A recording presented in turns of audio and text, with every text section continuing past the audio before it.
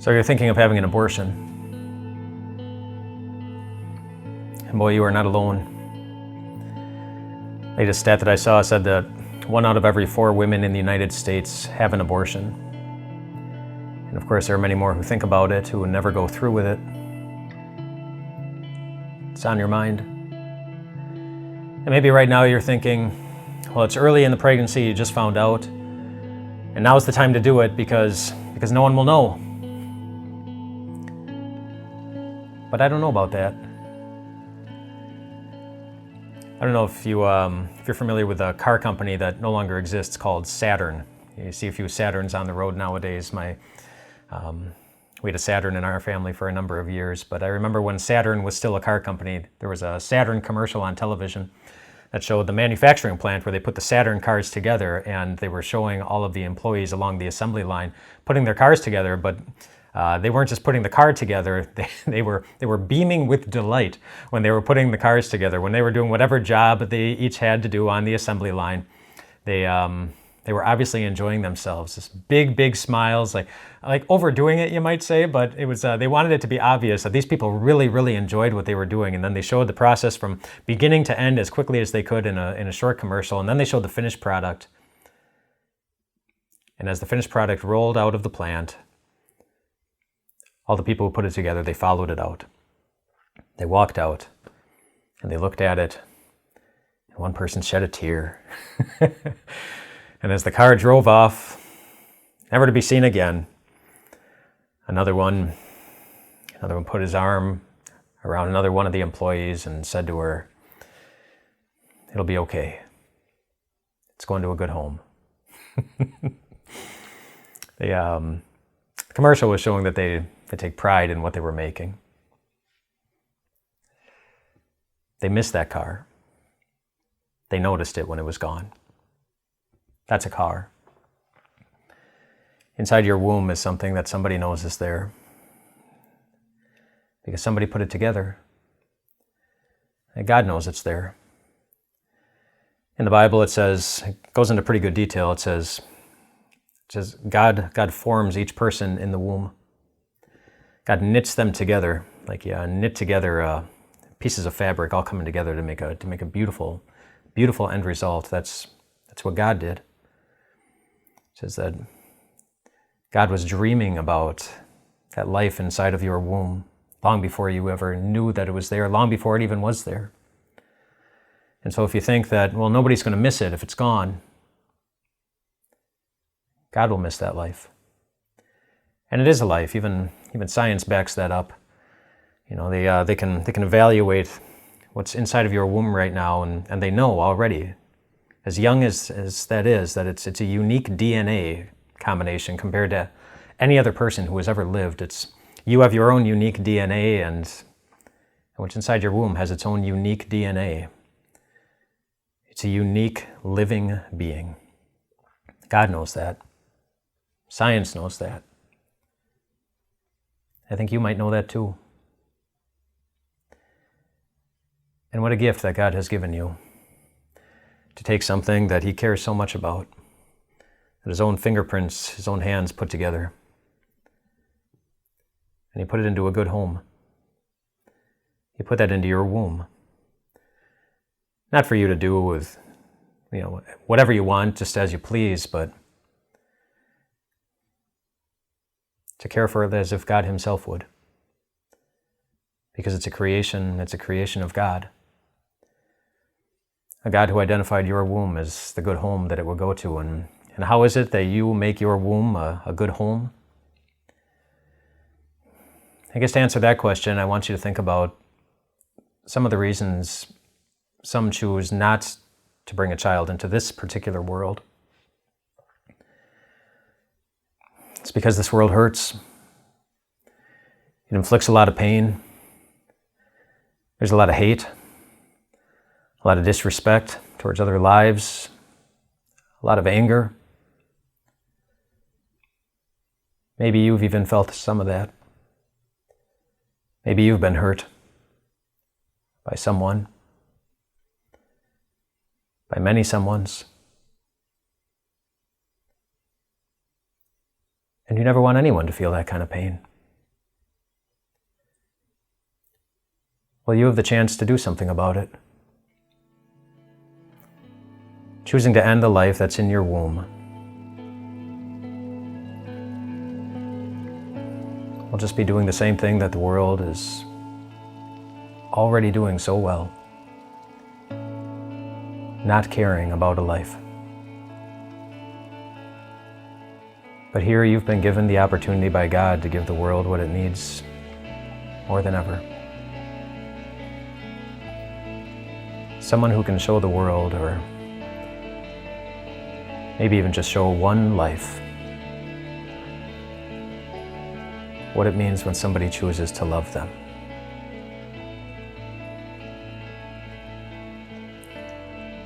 What it means that someone chooses to be there for them. What it means that somebody chooses to think about them like God thought about you, long before your parents ever knew you existed. God dreamed you up to be the unique, beautiful combination of DNA that you are. He made you because He wanted to love you. It's a gift that He's given to you. And here you are, with an opportunity to give the same gift to the beautiful life that's inside of you.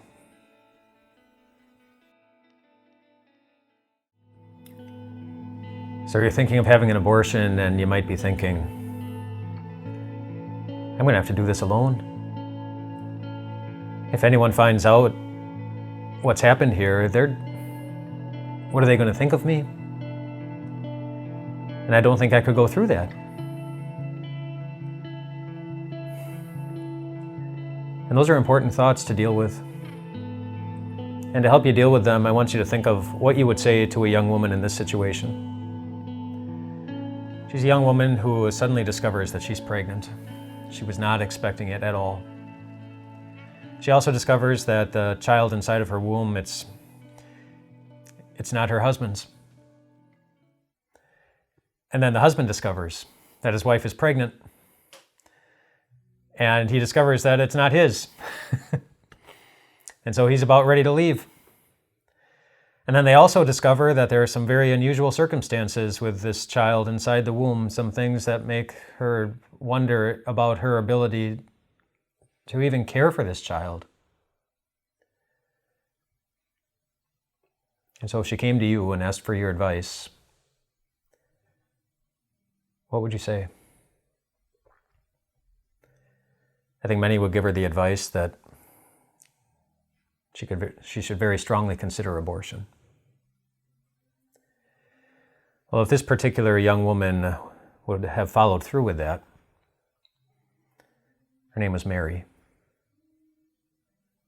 then she would have aborted Jesus. Jesus, the most significant religious teacher in the history of the world, and you don't need to believe in Jesus to know that. You just look at the impact that his ministry has had on so many lives.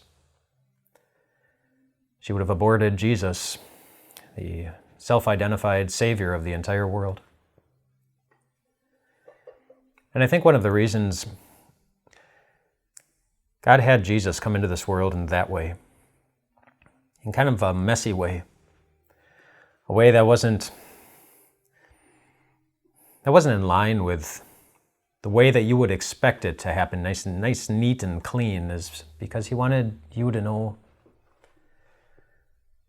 that He sees you.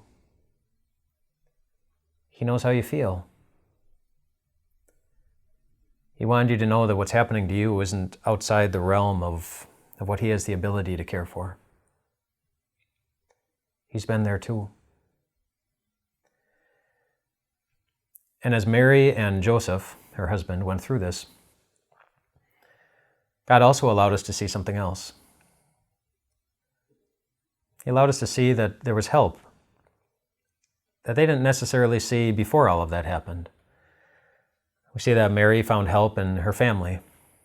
There were probably some in their community, and maybe even some within their family or extended family that heard the news and wasn't quite sure what to think and kept their distance for a while, but there was at least one relative who embraced Mary in her unusual situation with open arms. It was her cousin, Elizabeth, and she spent a lot of time with her. She spent a lot of time with family, and I'm sure Elizabeth was as surprised as Mary was when she got the news about what was happening. And I bet when you tell family the news of what's happening, they might be surprised too. But I think you might also be surprised by how eager they are to embrace you. They're not going to push you away. You'll find some, maybe not all, but some who are so eager to be there for you. And then there's another place where you can look and find the same thing. In the Bible, there's a group of people it describes how they interacted with one another. And it says that they had everything in common. They gathered together regularly. They sold their possessions so that they could be in a better position to help those who were in need. And do you know what group of people that is describing? That's describing a church. There were people who believed in Jesus, and they gathered together, and they cared more about one another than they cared about themselves. They were eager to help those who were in need. And there are so many different churches out here today that are eager to do the same thing. None of them will treat one another perfectly. None of us can. But if you're looking for the best place to look for somebody who will treat you well when you are in need, go to the places that intentionally celebrate the fact that God gave the world Himself to love us in our times of need. Go to the places that talk about the heart of God and the gift of Jesus. And you are far more likely to find people who live with the heart of God and eager to give a gift like God gave us in Jesus.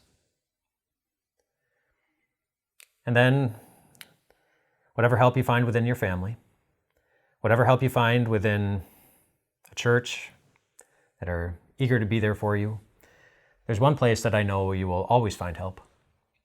In fact, Joseph discovered that. So Joseph was the husband of Mary, who suddenly discovered that his wife was pregnant, and he had nothing to do with it. He knew that because he hadn't yet been with her, he hadn't yet slept with her. And so when he heard the news, he thought, this isn't good. This isn't a good way to start a relationship, and he was on his way out the door, but God sent him a message. In a very special way, God sent him a message. It was an angel that came to Joseph and said, Joseph, I know this is surprising, but don't be afraid of the situation. It's going to be okay. What's in Mary's womb is from God. It's a baby, a boy, who's going to grow up to save the world from all of its brokenness. And then the angel said to Joseph, and this is what you will call the baby, or what the baby will be called. The baby will be called Emmanuel. Emmanuel. Do you know what the name Emmanuel means? It means God is with us. God is with us. Mary got to discover that in a very unique way. She carried God inside her womb. But you and your child will also get to discover that too. Family and friends may be there to help you. Other Christians might be there to help you. But God will most certainly be there with you. It's exactly what He promised to do through the child that Mary was carrying. And you'll see it play out in the life of the one you are too. So you're thinking of having an abortion, and you're thinking ahead a little bit to when the baby would be born, and the financial impact, and the life impact. Because a baby changes everything. Babies are insanely expensive, raising them from birth to college and beyond. And it changes your schedule, it changes your routines, it changes your plans that you had for your life. and you just don't know if you're ready to go through with all of that, or even if you can. Well, I want you to think back at a couple of years. Think back to your 16th birthday. And imagine that for your 16th birthday, somebody bought you a car, like a nice car. I don't know what your definition of a nice car is, but let's just say it's like a $50,000 car. Really sweet looking. And they take you outside, it's there, it's in the driveway, and they say, it's yours. We got this for you, for your birthday. It was expensive, we sacrificed, it was great, but we were glad to do it because we want you to have this car. And you are thrilled. You did not see this coming. And so you go to the car and you open the door and you close the door and you hold out your hand to get the keys from the person who gave you the car. And they give you a funny look, like, why are you doing that? Why are you holding out your hand? And you say, because, well, I need the keys to use the car. And they say, well, we weren't going to give you the keys. We just wanted you to have the car. Would that happen? No, nobody buys someone a car and then refuses to give them the keys. Like, nobody buys the bigger thing and then fails to give you the smaller things that you will need in order to actually use that bigger thing. Well, the same principle applies with the life that God placed inside of your womb. That life is a big thing. It's massive. It's huge. God put it there. And if God gave you the big thing, He's not going to fail to also provide the smaller things, so that the smaller things that life can use and will need, so that life can be useful as it continues to go through life. There's a passage in the Bible, in one of the portions of the Bible called Matthew, written by a disciple of Jesus named Matthew, where Jesus is talking, and he quotes Jesus as saying, isn't life more important than food, and isn't the body more important than clothes? Life and the body, those are the big things. God knows that. And He also knows that our lives and our bodies, we need food and we need clothing. And so He was saying, I'm not going to fail to provide the smaller things that your life needs in order to keep going. God gave you the big thing. He'll also give you the small things. And that doesn't necessarily mean that you need to be the one who will provide those smaller things for the life inside your womb. Right now, if you were to go around the world and just look at all the children in the world, if you could, millions of those children right now are children who have been adopted. Millions of them. They grew in one woman's womb, but they're being raised by someone different for any number of reasons. But that's okay.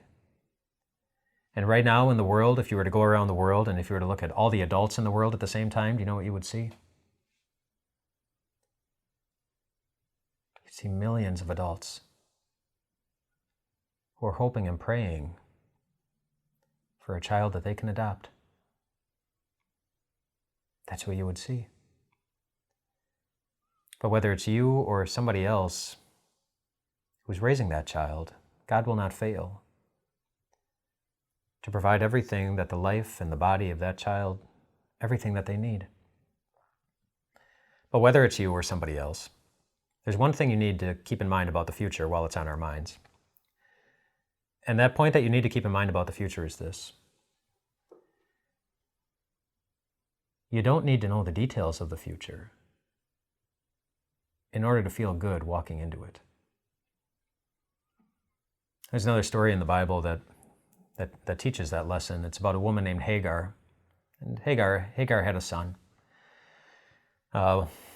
born in a very tense relationship, very complex.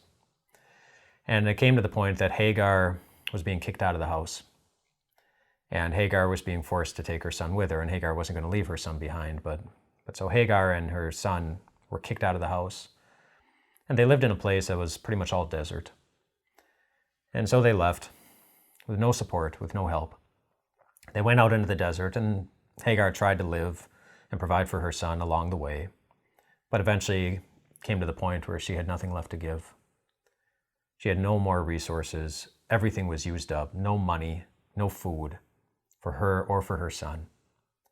With the little bit that she did have left, she gave them one last meal, and she knew that was going to be it. And she couldn't bear the thought of watching her son die from starvation. And so she took her son and placed him underneath a bush. And the boy started crying. And so did she, as she walked away in the other direction, because she could not bear to see what was about to happen. But then something happened that she wasn't expecting. God spoke to her from heaven and said, "Hagar, why are you crying?" A question that would have been easy for her to answer. But then God said, "You don't need to be afraid, Hagar. I have heard the boy crying." God was listening from heaven, and he heard the boy crying. He heard his tears. And then he did something else, and then he said, "Hagar, go pick up your son and go in that direction," pointed her in a direction. And then it says that God opened her eyes so that she saw a spring of water, so that the two of them, who had been dying literally of thirst, were able to get a drink of wonderfully refreshing water. And she didn't see it before. She didn't know it was there, but God did. And God opened her eyes so that she could see something different that she didn't even know to look for. And then it kind of tells us the rest of the story in a very short time, that they continued to live in the desert, that they grew up in the desert. So obviously they found food and water somehow in the desert. It says that the son, whose name was Ishmael, he became an archer. So that became his profession. He found meaningful work that filled him up with good things in the desert. And it also says that in the desert, Mom eventually found a nice young lady that her son could marry. And so he even ended up finding a spouse in the desert. And would you ever expect to go out into the desert and find enough food and water to live for your entire life, and meaningful work that'll fill you up with joy every single day, and also a spouse in the desert? They didn't even know to look for those things. They didn't know those things were in their future. But God did. God knew. Just like he knows what you will need in your future. And he has promised to give whatever is needed both to you and to your child. That's another promise that God gives in the Bible. He points us to a gift that God has already given. The life of Jesus, whose entire life was dedicated to loving others and sacrificing everything he had, even his own life, to make sure that we would have everything we need forever. And it says if God didn't even spare Jesus, he didn't even hold back his most valuable possession, and he gave that to us, that's big. And if he gave us the big thing,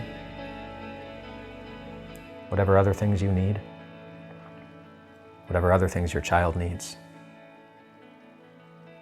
whether or not you can see them coming, God already knows how they will. God will not fail to provide all that you need.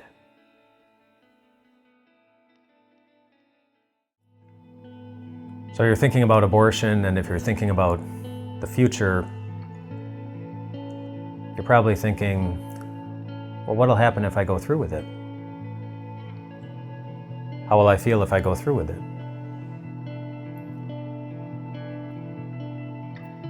And based on a lot of conversations with a lot of people, with women who've been in your situation, I think I can confidently say that You're going to hurt. You're going to hurt. A number of years ago, I read a story about a mom who had just given birth to a new baby boy. And she was in the hospital, and it was the day after she had given birth, and she was nursing the child, and as soon as she got done nursing the child, the door to her hospital room swung open, and 3 official-looking people come in, and they look at her and they say, "I'm sorry, ma'am, but that's not your child." It turns out that in the middle of the previous night, after she had gotten done nursing the child again and then wanted to get some sleep, the nurses, as they so often very kindly do, they took the baby and placed the baby in the nursery. And every child in the nursery is assigned their own crib with their name on it and their ID and everything like that. But for whatever reason, when the nurses took the child back to the nursery, they put the baby in the wrong crib. And then there was another baby who had also been nursing at the same time, and when that baby came back into the nursery, was brought back into the nursery, they were put into the crib of the child that belonged to this mother. And so the next morning, when it was time to nurse the children again, they rolled the cribs with the children's name into the rooms where the cribs were supposed to be. But the babies had been switched. And so that mom had just gotten done nursing somebody else's child. And another mom had just gotten done nursing her son. And so it was fixed. But many months after it had happened, it still rattled her of how quickly and easily the child was taken out of her hands. But again, it was corrected. Abortion is an act that cannot be corrected.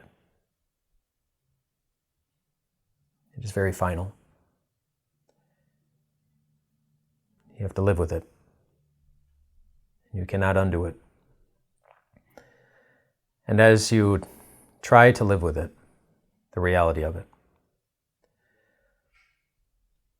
maybe now you believe that the child inside your womb is a child, the unique DNA that both God and science recognize as a unique living DNA, that is a child. But even if you don't, the possibility will cross your mind. You will wonder if it is. And then you'll start to think about how you're supposed to feel.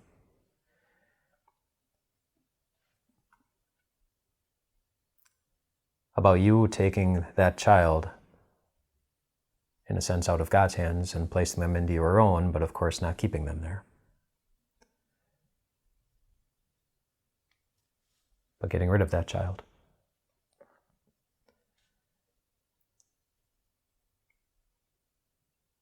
That's going to hurt. In some ways, you might be able to anticipate, in many ways that you don't know how to anticipate. Some women have experienced that feeling of even the wondering if they really did end another human life. Some have experienced, said that they described it as like an entire building is sitting on top of your heart. The full weight of it right on top of their fragile heart. And you know what it's like to have an entire building sit on top of you? Some people do. Back in 2011, there was an earthquake in the country of Turkey, a pretty big one, 7.2 magnitude, and where the earthquake was, it just decimated everything. Houses and buildings, and they came tumbling down, massive destruction, many lives lost, many others displaced, and they had to live in temporary tent cities for a very long time as the cleanup began. It started happening. But after the earthquake happened, and after the dust had settled, you might say, they wanted to clean up as quickly as they could. And so they started sending cleanup crews in the next day already. And they worked. They worked for a day, and then they got into the second day. And 48 hours after the earthquake, Somebody was working near a 7-story building that had collapsed, and they thought they heard something from underneath the building. They thought they heard a baby cry. And they didn't ignore that cry. They dug and they dug and they dug and got a lot of help, and eventually they found the source of the sound of the baby cry, and it was indeed a baby. 2 weeks old. Her name was Azra. And she was alive and healthy, like untouched by the 7-story building that had fallen on top of her. And do you know why? Because they found her in her mother's arms. Her mother was in the building with her newborn daughter when the earthquake happened. When the ground started shaking, she grabbed her daughter and wrapped her in her arms, and they both fell to the very bottom underneath this 7-story building, and somehow both survived. Mom survived too. She was able to walk away from it, amazingly. But I want you to imagine for a moment how that mom would feel if she had not reached for her child when the earthquake started. And what the result of that would be if the building had fallen on both of them. Except the mother's body wasn't there to protect the body of that little baby. But if mom had survived, well, 2 things. Azra would never grow up having a beautiful picture of what it's like to love someone, because that's what her mom did. She loved her simply by holding on to her and protecting her and keeping her safe. And secondly, mom would have to go through the rest of her life carrying the guilt that comes with wondering, what if? What if I had scooped my baby in my arms? What if I had done something different? What if I could change what I did back then, the decision I made? And that guilt is a guilt that God does not want you to live with. In fact, He doesn't want you to live with any guilt. Because I know you feel guilty about other things already in your life. There are things in your life that you're not proud of. There are people in your life that you haven't always treated well. There are decisions that you've already made that you don't feel good about. And as often as you think about them, they put a weight on your heart. Well, I want you to imagine that somebody would come up to you and invite you to give the full weight of everything you feel guilty about to them.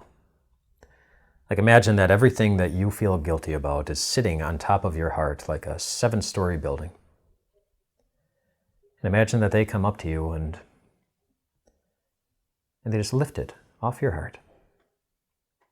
And they don't just throw it away, but instead they put it on their own heart. And they say, "Let me carry that for you." Well, that's what Jesus did.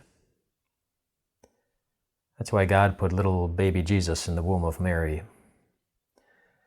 That's why He wanted little baby Jesus to live. And His life was the kind of life that this world has never seen before or since.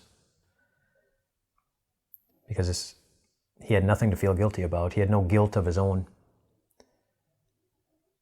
He never did anything wrong. And this person who never did anything wrong, who never had anything to feel guilty about, who's never felt the weight of guilt that you and I feel so often, He came into this world and He said, "I'll take that from you." And He did. He took it off your heart and He put it on His own heart. And the Bible says that He was crushed by it. He was crushed for our iniquities, is what the Bible says. And that word iniquities we don't use very often or at all, but it's a word that simply means the things that we feel guilty about. Jesus was crushed by them. He was crushed by them as he hung on a cross and died and gave his life. And then those iniquities were buried with him in a grave. But then, on the third day after he died, Jesus came alive again. But the iniquities, the guilt, they stayed behind.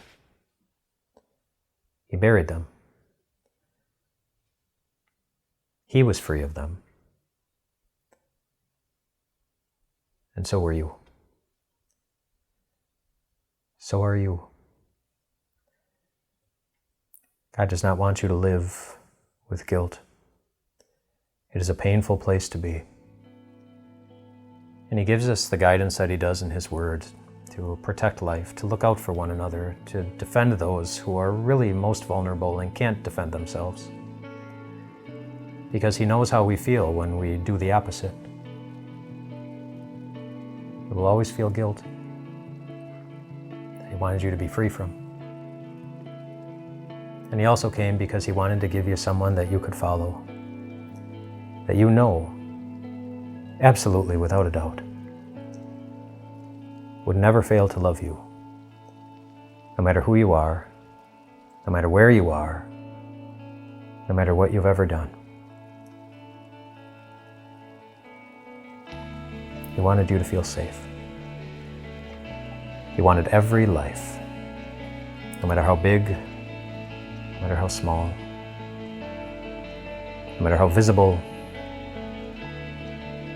no matter how yet unseen, to feel safe in the best, most loving arms of all, his. I don't know if watching this has been easy or difficult for you, but thank you. Thanks for giving us the opportunity. Thanks for giving us the opportunity to let you know that God loves you. I love you. We love you. We're here to help. Reach out. God is thinking of you. And so are we. My friends, we're here to help. If you or someone you know is struggling to understand the topic of abortion better from God's Word, we have resources available. Please visit timeofgrace.org/abortion.